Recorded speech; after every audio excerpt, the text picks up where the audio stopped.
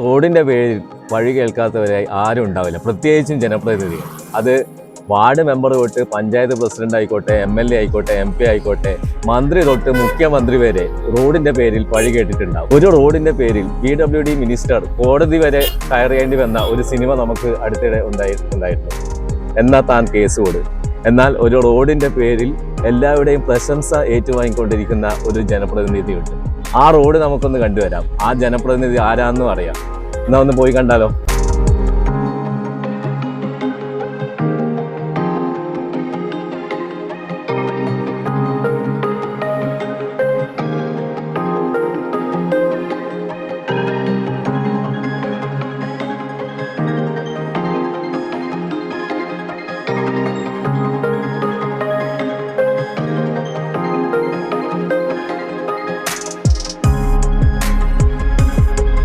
Chirakkal വളവട്ടം highway മുതൽ Chirakkal panchayat office, Chirakkal കടലായി ശ്രീകൃഷ്ണ ക്ഷേത്രം, Rajas canteen വരെയുള്ള റോഡാണ് നമ്മളിന്ന് പരിചയപ്പെടുത്താൻ പോകുന്നത്. ഒരുപാട് പ്രത്യേകതകളുള്ള ഒരു റോഡാണ്.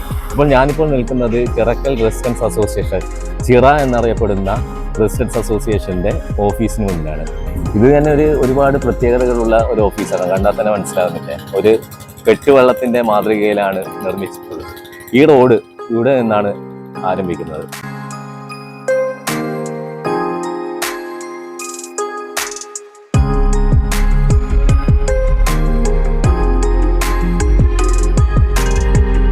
ഇതിന്റെ പരിപാലന ചുമതല ഏറ്റെടുത്തിരിക്കുന്നത് ഇവിടെയുള്ള ചിറക്കൽ റെസിഡൻസ് അസോസിയേഷൻ എന്ന ചിറയാണ്. അവരാണ് ഈ ചെടിച്ചട്ടികളൊക്കെ വെച്ചിട്ടുള്ളത്.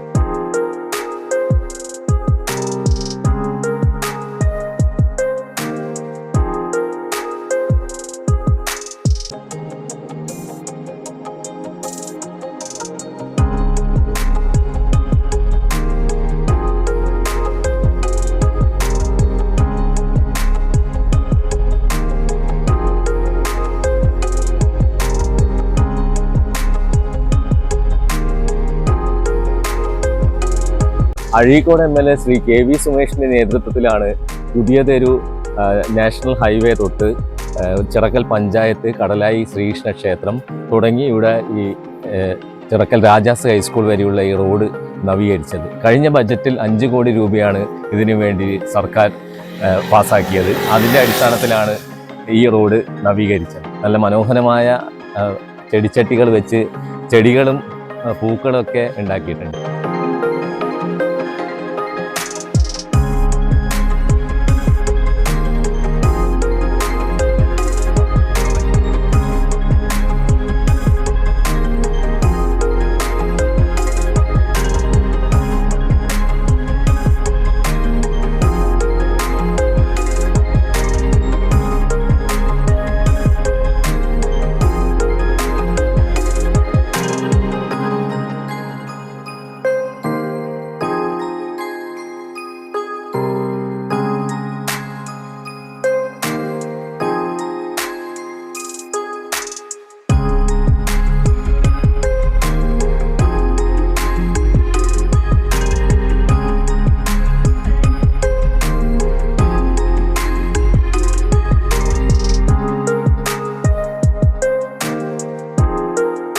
ഈ റോഡിലൂടെ യാത്ര ചെയ്യുമ്പോൾ നമ്മൾ ഒരുപാട് കാഴ്ചകൾ കണ്ടു കഴിഞ്ഞില്ലേ.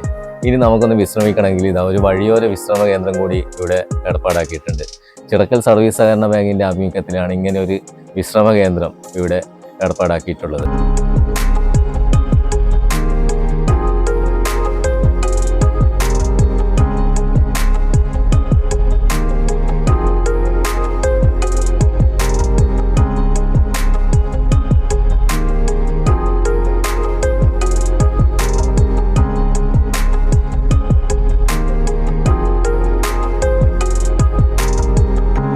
ചരിത്രപരമായ ഒരുപാട് സ്ഥലങ്ങളിലൂടെയാണ് ഈ റോഡ് കടന്നു പോകുന്നതെന്ന് ഞാൻ പറഞ്ഞല്ലോ. ഇത് ചിറക്കൽ കിഴക്കേക്കര മതിലകം ശ്രീകൃഷ്ണ ക്ഷേത്രമാണ്. ഈ ക്ഷേത്രത്തിന് ഒരുപാട് ചരിത്രപരമായി ഒരുപാട് പ്രത്യേകതകളുണ്ട്. ചെറുശ്ശേരി കൃഷ്ണഗാഥ എഴുതിയത് ഈ ക്ഷേത്രത്തിൽ വെച്ചാണ്. അതുപോലെ തന്നെ ഏകദേശം 400 വർഷത്തിലധികം പഴക്കമുള്ള ക്ഷേത്രമാണ് ഇവിടെ. ഇവിടെ തീർത്ഥാടന ടൂറിസം പദ്ധതിയിൽ ഉൾപ്പെടുത്തിക്കൊണ്ട് ഏകദേശം 4 കോടി രൂപയുടെ പുനരുദ്ധാരണ പ്രവർത്തനങ്ങൾ ഈ ക്ഷേത്രത്തിൽ അടുത്ത് തന്നെ ആരംഭിക്കുന്നുണ്ട്. അതും നമ്മുടെ അഴീക്കോട് MLA ശ്രീ KV സുമേഷിൻ്റെ ഇടപെടലിനെ തുടർന്നാണ് ഈ ഫണ്ട് അനുവദിച്ചിരിക്കുന്നത്. ചരിത്രപരമായ കാര്യങ്ങൾ മാത്രമല്ല, നമ്മുടെ ചിറക്കൽ ഗ്രാമപഞ്ചായത്തിൻ്റെ ഓഫീസും ഈ റോഡിലാണ് സ്ഥിതി ചെയ്യുന്നത്.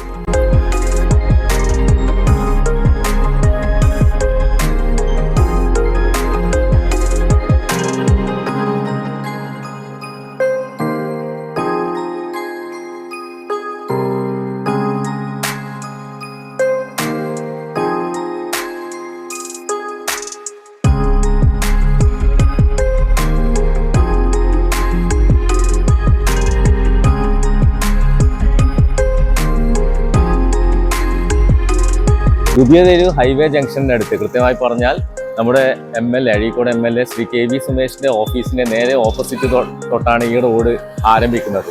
ഈ റോഡ് ഇവിടെ നിന്നും തുടങ്ങി ഏകദേശം 1.25 കിലോമീറ്റർ സഞ്ചരിച്ചാണ് നമ്മൾ നേരത്തെ കണ്ട രാജാസ് ഹൈസ്കൂൾ ക്യാൻറ്റീൻ്റെ അടുത്ത് സമാപിക്കുന്നത്. ഈ റോഡിൻ്റെ ഏറ്റവും വലിയ പ്രത്യേകതയായിട്ട് പറയാനുള്ളത്, ഇവിടെ ഈ നാഷണൽ ഹൈവേയിൽ ബ്ലോക്ക് ഉണ്ടായാൽ നമുക്ക് ഏറ്റവും പെട്ടെന്ന് കണ്ണൂർ ടൗണിലേക്ക് ഈ റോഡ് വഴി എത്രയും എളുപ്പം യാതൊരു ബ്ലോക്കും ഇല്ലാതെ സഞ്ചരിക്കാൻ പറ്റും എന്നതാണ്. ഈ 5 കോടി രൂപ ചെലവിട്ട് ഈ റോഡ് നവീകരിച്ചതിലൂടെ വെറും ഒരു റോഡല്ല, ഇത് ജനങ്ങൾക്ക് ആസ്വദിച്ച് കണ്ടുകൊണ്ട് ഇതിലെ സഞ്ചരിക്കാനുള്ള ഒരു വഴി കൂടിയാണ് തെളിയിച്ചിരിക്കുന്നത്. അതുപോലെ തന്നെ ഏറെ ചരിത്ര പ്രാധാന്യമുള്ള കേരള ഫോക്ലോർ അക്കാദമിയും പഴയ ചിറക്കൽ രാജകൊട്ടാരവും ചിറക്കൽ ചെറിയും തുടങ്ങി ചാമുണ്ടിക്കോട്ടം, ചിറക്കൽ കടലായി ശ്രീകൃഷ്ണ ക്ഷേത്രം തുടങ്ങി ഒരുപാട് ചരിത്രപരമായി പേരുകേട്ട സ്ഥലങ്ങൾ ഈ റോഡിൻ്റെ ഇരുവശങ്ങളിലായി സ്ഥിതി ചെയ്യുന്നുണ്ട്.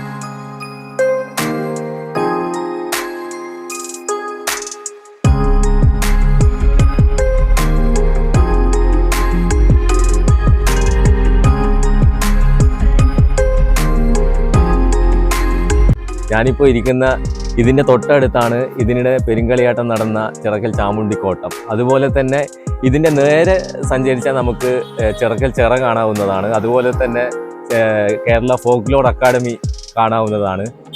ചിറക്കൽ രാജകൊട്ടാരത്തിൻ്റെ ഭാഗങ്ങൾ നമുക്ക് കാണാവുന്നതാണ്. അതുപോലെ ഒട്ടേറെ ചരിത്ര പ്രാധാന്യമുള്ള ഒരു സ്ഥലമാണ് ഈ ഏരിയ.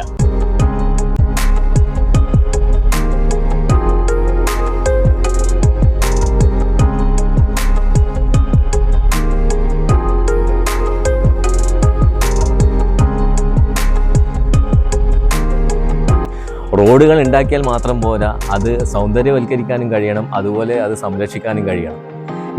ഇവിടുത്തെ ചിറ റെസിഡൻസ് അസോസിയേഷൻ ഇത് ഭംഗിയായി പരിപാലിക്കുന്നുണ്ട്. റോഡിൻ്റെ പേരിൽ പഴി കേൾക്കുന്നതിനെ പറ്റിയായിരുന്നു ഞാൻ ഈ വീഡിയോയുടെ തുടക്കത്തിൽ പറഞ്ഞിട്ടുണ്ടായിരുന്നത്. എന്തായാലും ഈ റോഡിൻ്റെ പേരിൽ ഒരു ജനപ്രതിനിധിയും പഴി കേട്ടിട്ടില്ല. ഇതിലേ പോകുന്ന എല്ലാവരും നമ്മുടെ ജനപ്രതിനിധിയെ അഭിനന്ദിക്കുകയാണ് ചെയ്യുന്നത്. ഇതുപോലുള്ള റോഡുകളാണ് നമ്മുടെ നാടിൻ്റെ ആവശ്യം. റോഡിൻ്റെ വികസനത്തിലൂടെ നമ്മുടെ നാടിൻ്റെ വികസനം കൂടി ഉണ്ടാകും എന്നാണ് ഇതിലൂടെ തെളിയിക്കപ്പെടുന്നത്.